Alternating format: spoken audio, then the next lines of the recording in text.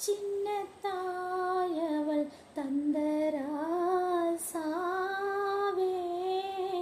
முள்ளில் தோன்றிய சின்ன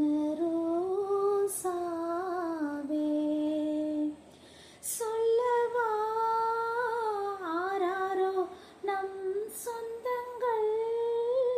யாராரோ உந்தன் கண்ணில்